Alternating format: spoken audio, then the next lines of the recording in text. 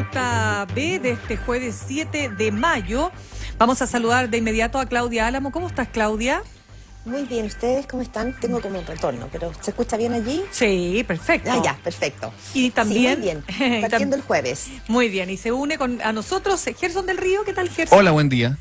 Y saludamos también a mi compañero de siempre, Mauricio Hoffman. ¿Qué tal? ¿Cómo estás, Gerson? Claudia. Muy ¿Qué bien, tal? pues. Buen día.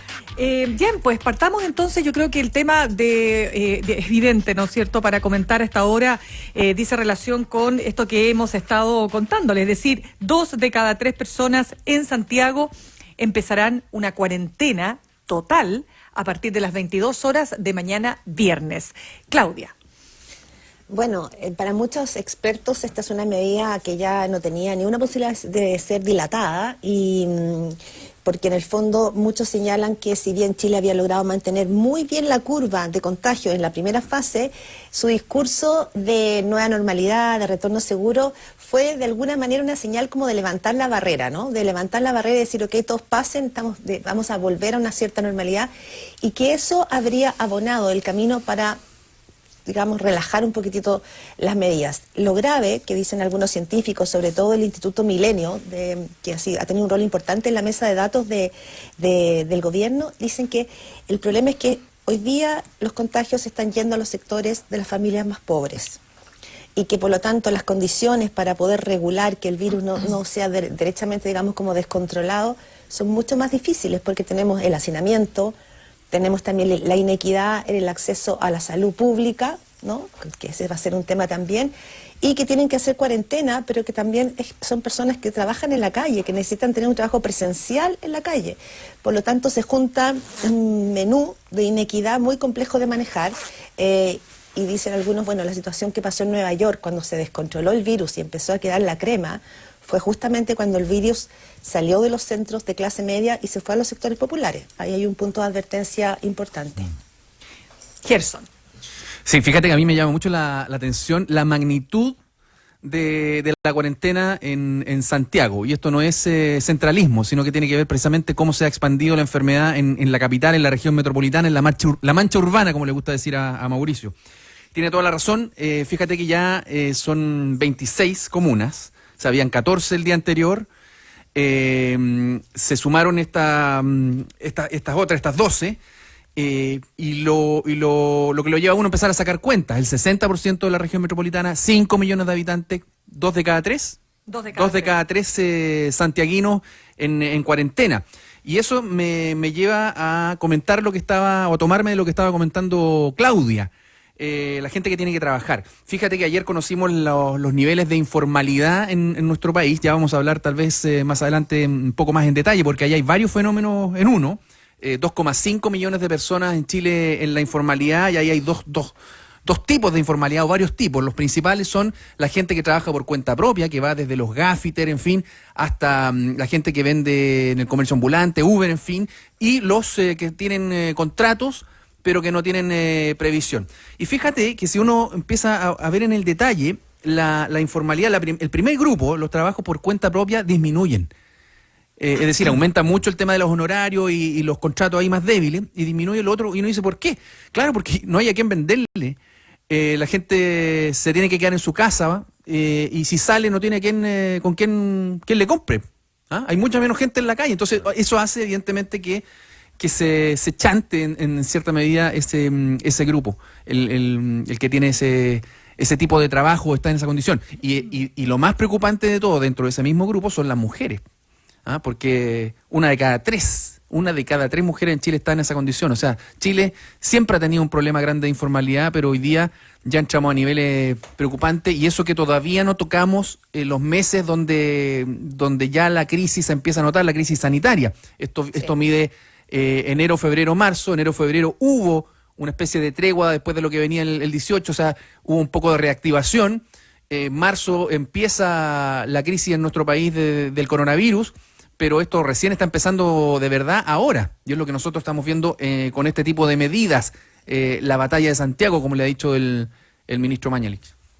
Mauricio. Es muy complicado. Mira, uno puede hacer, como tú decías, Gerson, varias relaciones causas, efectos en varias dimensiones acá. Acabamos de conocer ahora la cifra de utilidades de las ISAPRES, que aumentaron en 87% en el primer trimestre respecto al mismo trimestre del año pasado. Esto de inmediato genera reacciones, ¿no? Esto es como una roncha que se inflama, porque cada vez que uno lee estos titulares cunde la indignación generalizada. Y se extiende esa indignación. Pese a que cuando uno revisa las cifras, las utilidades son de 2.000 millones, 3.000 millones, una la que más gana 8.000 millones. No sé si son cifras tan grandes para la dimensión que tienen las ISAPRES como empresas. Pero de todos modos hay un aumento importante, casi se duplican en relación al trimestre del año pasado. Explicación, que la gente no está usando coberturas, porque no se va a atender, porque el miedo a la pandemia, y así, este es el primer trimestre, o sea, ¿cuánto influyó ya en marzo en esas cifras? Claro. El que la gente ya no fue a ni una clínica, ni una consulta médica. Un datazo.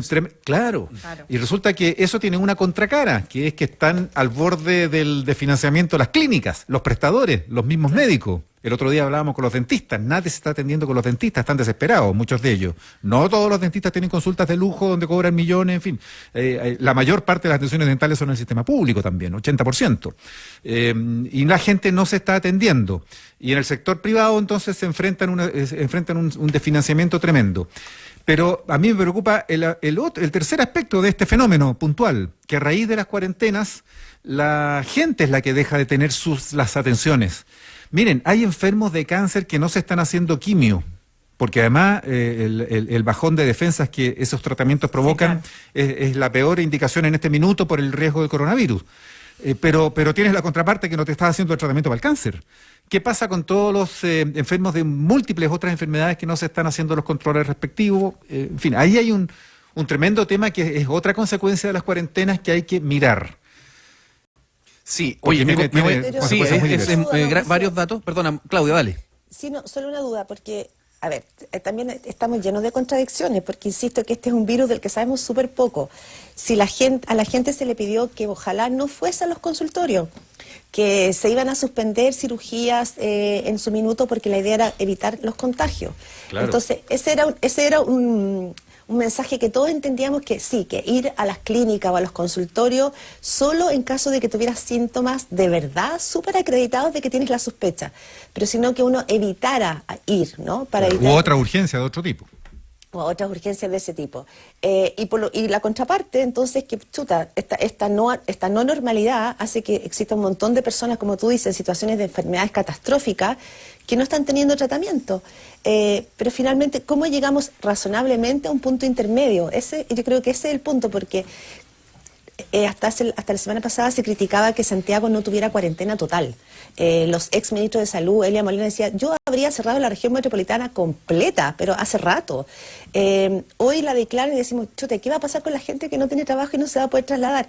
¿Cómo llegamos, así como los alemanes, ¿no?, a una racionalidad completa en que cada uno de los ciudadanos cumpla las reglas, en que logremos ir generando acceso de la gente que lo necesita a la salud, como que avanzamos en una cosa y dejamos una estela, claro, de otras cosas sin hacer en otras? Estamos como en un punto de mucho caos en ese sentido. Hay otra idea que está surgiendo en otros lados que aquí la están reproduciendo los fanáticos, por ejemplo, la bicicleta. Londres está reordenando su transporte público para evitar las aglomeraciones a bordo del metro y de los buses, Claro, te evitas el tradicionales contagio. londinenses.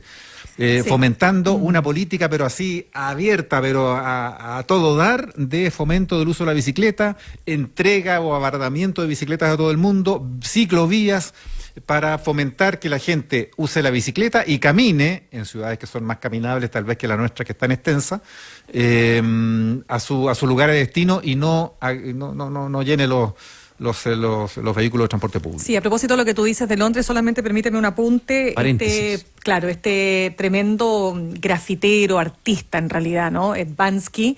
Entonces, ustedes saben que él ha sido muy famoso porque él hace unos retratos y unas, expresiones artísticas en las paredes, ¿no? En Inglaterra, una cosa increíble, preciosa. grafitero, ¿no?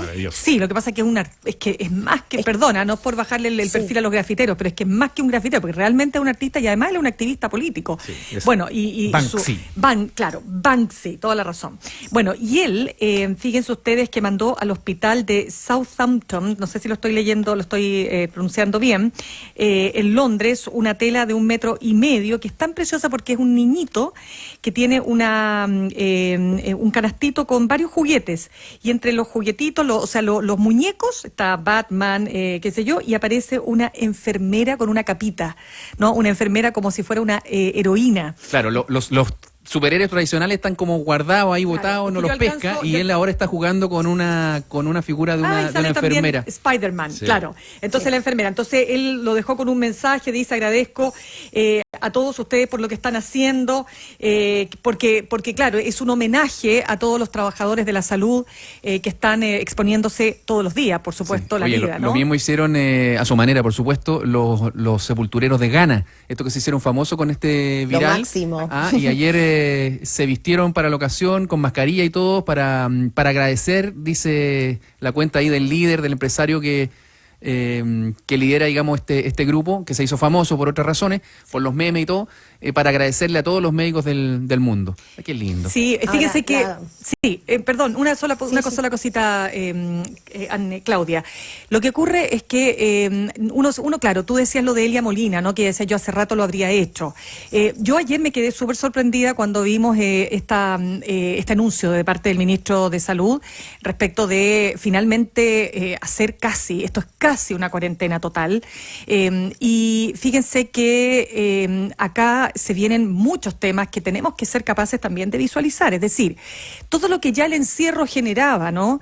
En los sectores que han estado en cuarentena. Y no estoy hablando, perdónenme los de las personas que habitan en Ñuñoa, pero Ñuñoa Norte tiene una realidad harto distinta a lo que puede ser Puente Alto, por supuesto, La Florida, incluso, ¿no? Entonces, ¿por qué digo esto? Porque no es lo mismo 5 o 7 semanas. ¿Cuánto llegó a estar Ñuñoa? ¿Como 7? 6. 6 semanas, una cosa tremenda, estoy de acuerdo que es tremenda, pero aún más tremendo serían esas mismas 6 semanas en condiciones de hacinamiento y de mucha dificultad laboral, desde el punto de vista económico, con mucha carencia. Entonces, a mí me preocupa esto. Yo, perdónenme que voy a linkear esto y ustedes dirán que tiene que ver una cosa con la otra necesariamente, pero hoy día en la mañana yo de verdad quedé súper impactada con una noticia que nos transmitió Richard Jiménez respecto de una riña que ocurre en Renca, producto de los ruidos molestos de una mascota que ladraba en el departamento de al lado. Bueno, esto sí, mira, el detalle ya lo sabremos con precisión, pero el tema es que salen estos vecinos a alegar y se produce una riña,